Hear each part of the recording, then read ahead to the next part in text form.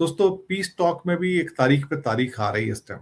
और ऐसा लगता है कि पाकिस्तान शायद अब अमेरिका से उन्होंने अर्ज किया है कि भाई ये 14 दिन के लिए थोड़ा और बढ़ा दीजिए सीज फायर को, क्योंकि बातचीत होने में वक्त लगेगा। और पाकिस्तान के फॉरेन मिनिस्टर और डिप्टी प्राइम मिनिस्टर इशाक डार हैं, उन्होंने अमेरिका और ईरान से कहा है कि सीज फायर को 14 दिन और बढ़ा दीजिए ताकि डिप्लोमेसी को पीसफुली मौका मिल सके और अंडर प्रेशर हो के, मतलब ऐसा ना हो कि जहां पर जल्दबाजी में कोई चीजें हों। और ऐसे में पाकिस्तान ने दोनों से कहा है कि भाई सीज फायर करीब करीब आपने 22 तारीख की तो दे रखी है, लेकिन आप 14 दिन का थोड़ा सा और बढ़ाइएगा इसमें। और कहीं ना कहीं अगर ये होगा के खत्म होने का समय सामने आया, वैसे ही अमेरिका की ओर से एक बार फिर बड़ा ऐलान देखने को मिल रहा है और ईरान और अमेरिका के बीच की सीज फायर को ट्रंप ने बढ़ाने का ऐलान कर दिया। दरअसल अमेरिकी राष्ट्रपति डोनाल्ड ट्रंप ने ईरान के खिलाफ संभावित सैन्य कार्रवाई को फिलहाल टाल दिया है और मौजूदा सीज फायर को अनिश्चित समय के लिए आगे बढ़ाने का फैसला किया है। ट्रंप ने ट्रूथ सोशल पर अपना बयान साझा किया, जिसमें उन्होंने कहा कि ये फैसला पाकिस्तान के शीर्ष नेतृत्व के अनुरोध पर लिया गया है। ट्रंप ने खासतौर पर पाकिस्तान के सेना प्रमुख आसिम मुनीर और प्रधानमंत्री शहबाज शरीफ का जिक्र करते हुए ये बयान साझा किया। ट्रंप के मुताबिक पाकिस्तान ने अपील की थी कि ईरान को एकजुट होकर शांति प्रस्ताव तैयार करने के लिए समय दिया जाए और इसलिए ट्रंप सीज फायर को आगे तो हम फैसिलिटेट कर पाएंगे बातचीत को। अब उनका जो मेन मुद्दा यह था कि डिप्लोमेसी और बातचीत को मौका दिया जाना चाहिए, वक्त दिया जाना चाहिए, और ये कभी कभी बहुत छोटे वक्त के अंदर वो पॉसिबल नहीं होगा जल्दबाजी में। तो थोड़ा वक्त दीजिए ताकि जो अनसर्टेनिटीज हैं, या ईरान के आने की बात है, अमेरिका के आने की बात है, कौन आ रहा है कौन नहीं आ रहा है, जेडी वेंस आ रहे हैं या नहीं आ रहे हैं, कोई भी इस किस्म की कंफर्मेशन वाली न्यूज निकल कर नहीं आ रही है। लेकिन हाँ, एक फॉर्मली ये कह दिया गया है उनसे कि भाई अगर पॉसिबल है तो भाई आप प्लीज 14 दिन का या 2 हफ्ता और आगे बढ़ाइए सीज फायर, ताकि हम तसल्ली से एक दूसरे से बात भी कर सकें और बातचीत के द्वारा कोई अगर उस पर फैसला होता है या कोई डील होती है तो कुछ ना कुछ होगा। अब ये पहले भी 14 दिन की एक जो बात थी वो तो हो गया था। ईरान ने साफ कर दिया है कि उसकी अभी तक कोई टीम इस्लामाबाद नहीं गई है, और ईरान की सरकारी मीडिया के मुताबिक कोई उनका डेलीगेशन इस्लामाबाद अभी नहीं पहुंचा है।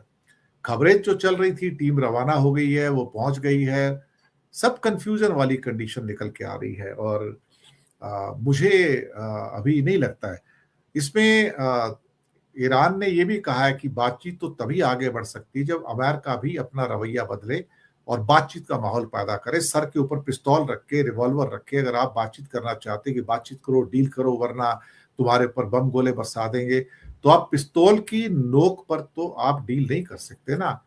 ये बात, ये दुनिया भी इस बात को रियलाइज कर रही है कि आप इस ढंग से किसी को टेरराइज करके तो आप डील को तो बिल्कुल भी नहीं कर पाएंगे, और ये अपने आप में ठीक भी नहीं होगा।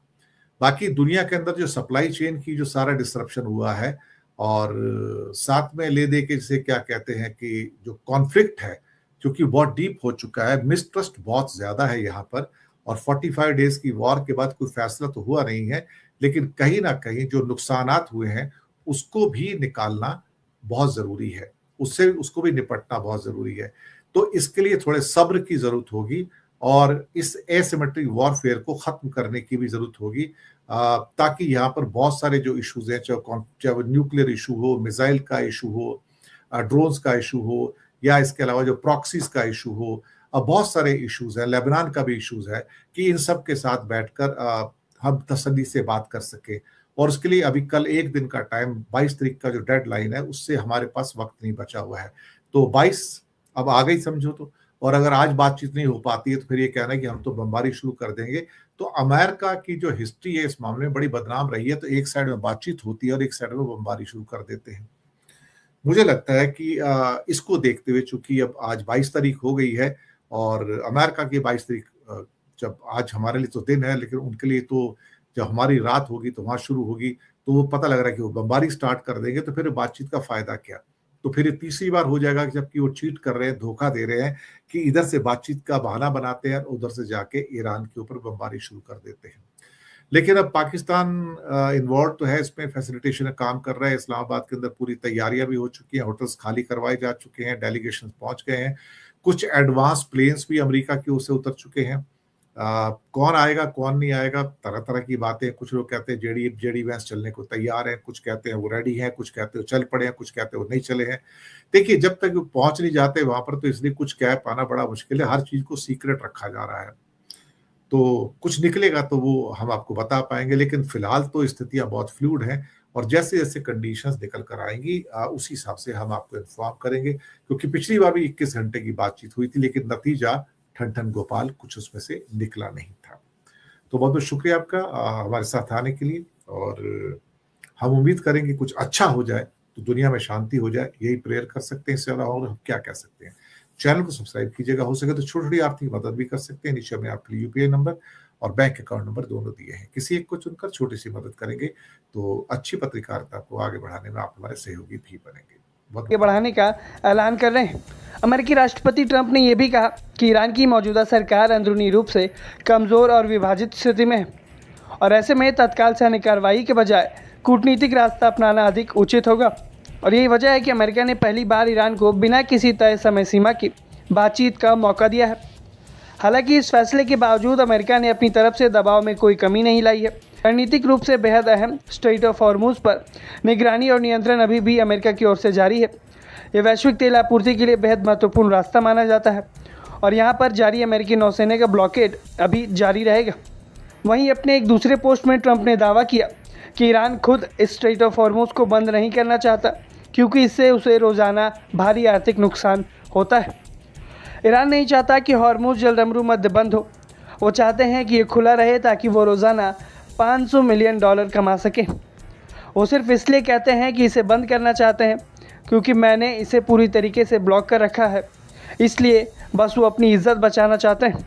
4 दिन पहले कुछ लोग मेरे पास आए और कहा, सर ईरान तुरंत स्ट्रेट ऑफ हॉर्मुज को खुलवाना चाहता है, लेकिन अगर हम ऐसा करते हैं तो ईरान के साथ कभी डील हो नहीं पाएगी। जब तक हम उनके बाकी देश उनको नेताओं को समेत उड़ा ना दें तब तक। अमेरिका ने साफ किया कि भले ही हमला फिलहाल रोका गया है, लेकिन उसकी सैन्य तैयारियां पूरी तरीके से हैं। यदि ईरान की तरफ से संतोषजनक प्रस्ताव सामने नहीं आता तो स्थिति फिर से बदल सकती है।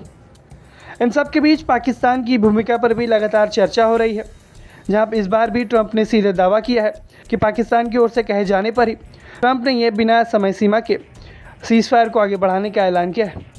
फिलहाल अमेरिका और ईरान के बीच संघर्ष की स्थिति है कि सीज़फायर जारी है और अनिश्चित काल तक इसे आगे बढ़ा दिया गया है, लेकिन फिर भी युद्ध को लेकर अनिश्चितता यहाँ पर मौजूद है और सबकी नज़र अब ईरान के ऊपर टिकी हुई है।